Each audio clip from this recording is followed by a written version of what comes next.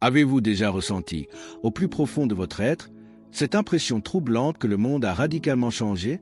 Ce n'est pas une simple illusion passagère ni le fruit d'une paranoïa injustifiée.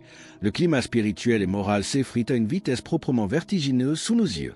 À Medjugorje, un petit village des Balkans devenu le centre névralgique d'une dévotion planétaire, un avertissement d'une solennité absolue retentit actuellement comme un ultime appel avant que les événements ne s'accélèrent.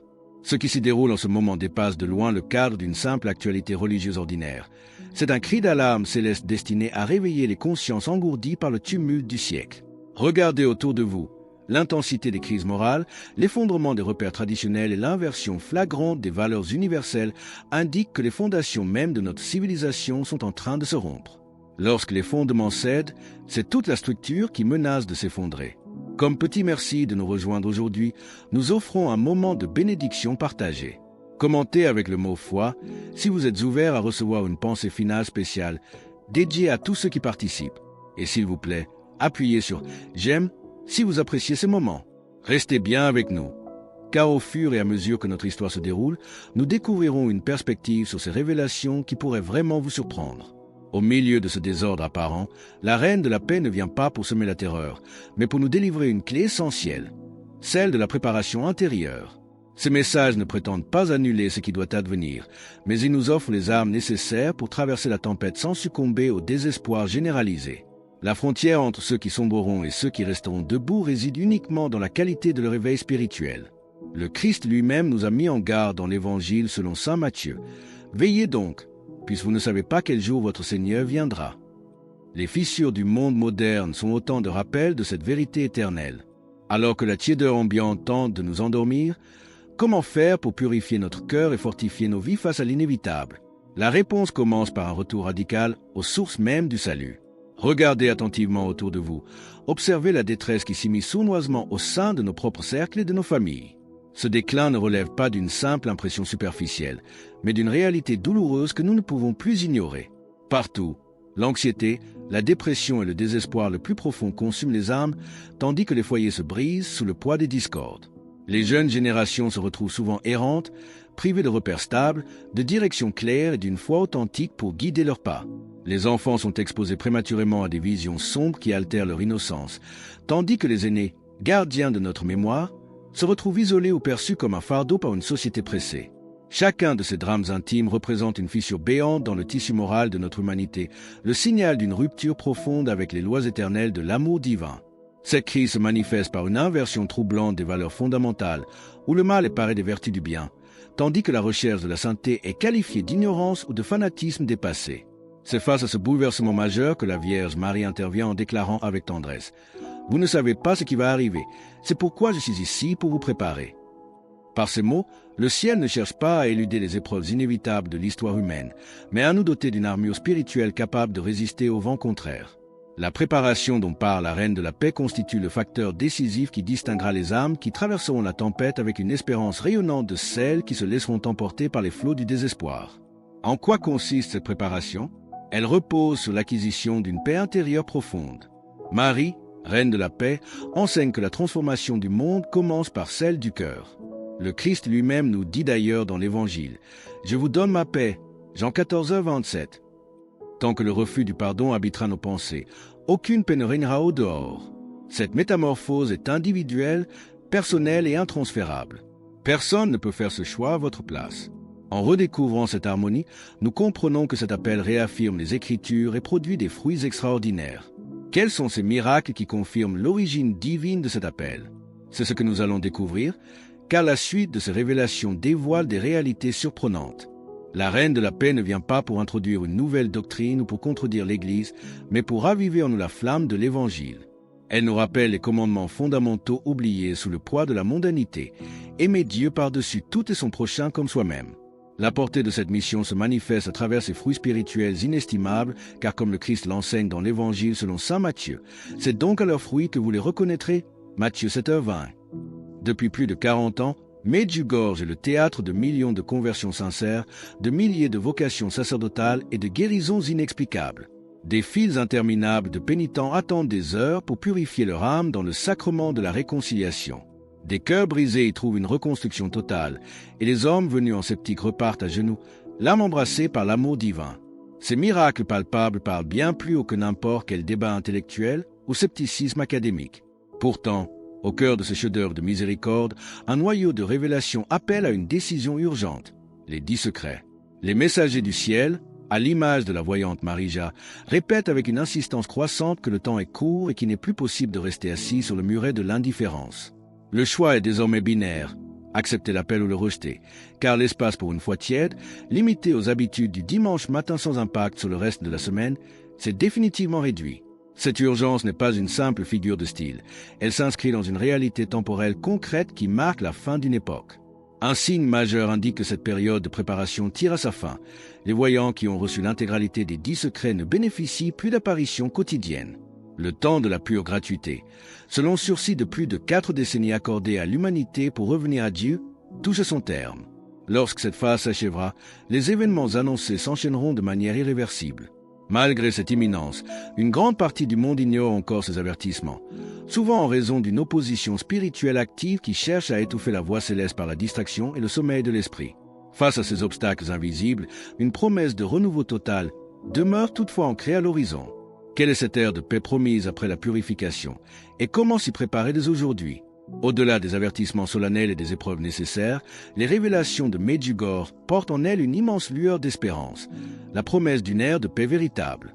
Le ciel ne nous abandonne pas à la perspective du chaos, car une fois que les événements décrits dans les secrets se seront accomplis, une période de renouveau se lèvera sur notre terre. L'humanité reconnaîtra enfin la présence de Dieu, les cœurs s'ouvriront à la concorde et l'amour divin prévaudra sur toutes les divisions. Cette promesse de victoire s'inscrit en parfaite cohérence avec les autres grandes apparitions mariales de l'histoire, notamment celle de Fatima, où Notre-Dame a affirmé avec force qu'à la fin, son cœur immaculé triompherait. C'est vers ce dénouement glorieux que converge toute l'histoire du salut, une vérité qui doit ancrer notre âme dans une confiance absolue. Si ce message résonne profondément en vous et que vous vous sentez poussé à affirmer votre foi en cet instant, partagez Amen dans les commentaires ci-dessous. Pour atteindre cette ère de paix, la création doit cependant traverser une nécessaire période de purification. À l'image de la vigne que le vigneron taille avec soin pour qu'elle donne des fruits plus abondants, les âmes et le monde doivent être émondés. Ce processus de taille spirituelle peut s'avérer douloureux et déroutant pour quiconque n'en saisit pas le dessein supérieur, mais le divin vigneron sait parfaitement ce qu'il fait. Chaque épreuve, chaque dépouillement et chaque moment de résistance possède un but unique, l'épuration de notre être pour notre salut éternel. Le Christ nous l'enseigne d'ailleurs clairement dans l'Évangile selon saint Jean.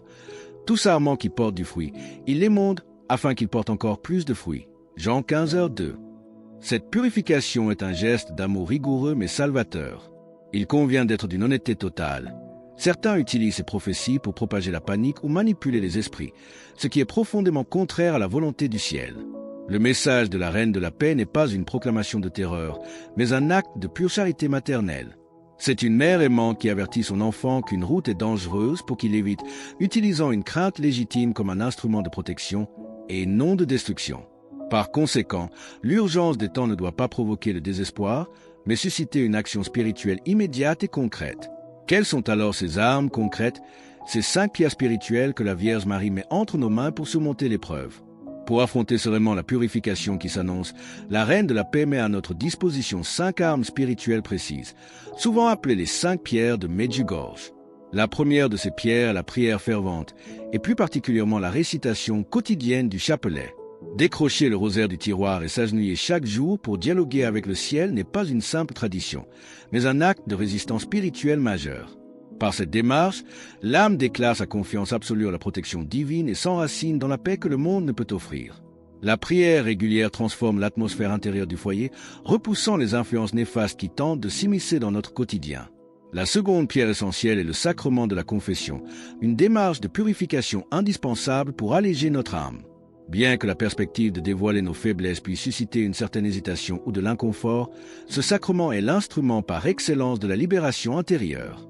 Le prêtre ne se tient pas là pour juger, mais pour agir comme le canal de la miséricorde absolue de Dieu. Le pardon divin n'est jamais partiel ou conditionnel. Il efface les fautes passées, brise les chaînes du ressentiment et redonne à l'âme sa légèreté d'origine. Se présenter le cœur purifié face au Seigneur est la meilleure des préparations pour les temps à venir. La troisième pierre offerte par le ciel est le jeûne, un sacrifice d'amour concret qui renforce la maîtrise de l'esprit sur le corps. Bien que cette pratique puisse paraître exigeante au début, elle constitue une offrande puissante par laquelle le croyant affirme que Dieu passe avant ses nécessités physiques. Avec le temps, le jeûne devient une source de clarté spirituelle et de force intérieure. En associant cette privation volontaire à la lecture quotidienne de la Bible, qui est la 4e pierre, la parole de Dieu pénètre nos décisions et change notre regard sur le monde. Le prophète Isaïe nous rappelle cette promesse divine. La parole de notre Dieu subsiste éternellement. Mais parmi ces outils de salut, il en est un qui surpasse tous les autres en dignité et en puissance. De quelle manière la 5e pierre peut-elle transformer radicalement notre relation avec le Christ? La 5e pierre, qui couronne et donne tout son sens à notre cheminement spirituel, est la Sainte Eucharistie. La Reine de la Paix nous invite instamment à redécouvrir la grandeur infinie de ce mystère, trop souvent banalisé par la force de l'habitude. Selon la foi catholique, le pain et le vin consacrés ne sont pas de simples symboles ou des représentations théâtrales, mais la présence réelle, vivante et entière de Jésus-Christ. Lorsque vous vous approchez de l'autel pour communier, vous accueillez dans l'intimité de votre être le Créateur de l'univers, celui qui a séparé la lumière des ténèbres et qui vous connaît chacun par votre nom. Une telle réalité devrait nous plonger dans une révérence absolue et transformer radicalement notre manière d'assister à la messe, en faisant de ce moment le sommet absolu de notre semaine plutôt qu'une simple obligation dominicale accomplie à la hâte. Pour rejoindre notre communauté et ne manquer aucune histoire inspirante, pensez à cliquer sur « J'aime » et à vous abonner. Ces 5 outils divins, la prière, la confession, le jeûne, la Bible et l'Eucharistie, ne requièrent aucun diplôme académique ni aucune fortune matérielle. Ils demandent simplement de la volonté et une profonde humilité. Dans une société moderne qui célèbre l'autosuffisance et la réussite matérielle, choisir de s'en remettre entièrement à Dieu est un acte de courage héroïque. Les hommes s'épuisent à courir après des sécurités éphémères, qu'elles soient financières ou émotionnelles, alors que la seule certitude inébranlable réside dans la paix de l'âme réconciliée avec son Créateur. Cette sécurité absolue reste hors de portée des crises économiques ou des bouleversements terrestres. L'apôtre Saint Paul nous le confirme avec force dans sa lettre aux Romains. Si Dieu est pour nous, qui sera contre nous? En cultivant ses racines profondes par la confiance, notre foi s'ancre si solidement que nulle tempête ne pourra jamais nous déraciner. Pour les croyants réguliers, l'appel d'aujourd'hui est d'intensifier ce fervent engagement sans s'endormir dans la tiédeur de la routine. Pour ceux qui doutent encore, il suffit d'un pas sincère, d'un unique pas vers le Seigneur pour que sa grâce agisse et transmue la fragilité en une forteresse invincible. Alors que le temps de la miséricorde gratuite s'écoule et que les vies vieillissent, comment devons-nous réagir face à l'imminence du point de virage de notre histoire? L'analyse de notre époque contemporaine montre de façon indéniable que nous approchons d'un point de virage majeur dans l'histoire de l'humanité. Les vidants de Medjugorje vieillissent, les apparitions quotidiennes cessent pour certains d'entre eux, et les prophéties de nombreux saints et mystiques convergent toutes vers cette même période charnière. Vous n'avez pas trouvé ce message par le simple effet du hasard ou d'un algorithme de passage, mais par un décret de la divine providence, désireuse de toucher votre cœur, de vous inviter à revenir vers la maison du Père. La Reine de la Paix n'est pas apparue pendant plus de 40 ans pour que ses larmes célestes soient ignorées ou balayées d'un simple revers de main. Elle est venue parce qu'elle nous aime et que le ciel entier soutient notre marche vers le salut. Face à cette révélation, la décision la plus importante de votre existence se joue dès à présent, car la valeur d'une âme dépasse toutes les conquêtes matérielles de la terre. Lorsque les événements annoncés commenceront à se déployer, ceux qui auront su écouter et se préparer posséderont en eux cette paix inaltérable promise par Marie, ancrée dans la certitude absolue d'être protégés par la main de Dieu. Notre foi ne nous extrait pas des réalités du monde, mais elle nous y enracine solidement avec une confiance que nulle tempête ne pourra jamais renverser. Le Christ nous a d'ailleurs laissé cette promesse solennelle dans l'Évangile selon saint Jean. « Mes brebis écoutent ma voix. Moi, je les connais et elles me suivent. Je leur donne la vie éternelle. Jamais elles ne périront et personne ne les arrachera de ma main. » Il est encore temps de réagir, mais ce temps de grâce exceptionnelle possède une limite que nul ne peut repousser. Ne remettez pas à plus tard ce choix fondamental d'entrer en action spirituelle, d'ouvrir votre Bible, de retrouver le chemin du confessionnal et de vous nourrir de l'Eucharistie. C'est en transformant votre propre cœur que vous deviendrez un phare de lumière pour vos proches et pour cette génération en quête de repères spirituels. Alors que nous concluons sur cet APQ du triomphe de la paix et de la miséricorde, nous vous invitons à déclarer votre foi. Commentez « Jésus est roi ci-dessous » pour affirmer cette vérité avec nous. Et votre parcours ne doit pas s'arrêter ici. Cliquez sur la vidéo qui apparaît maintenant sur votre écran pour un autre message puissant que nous avons préparé pour vous.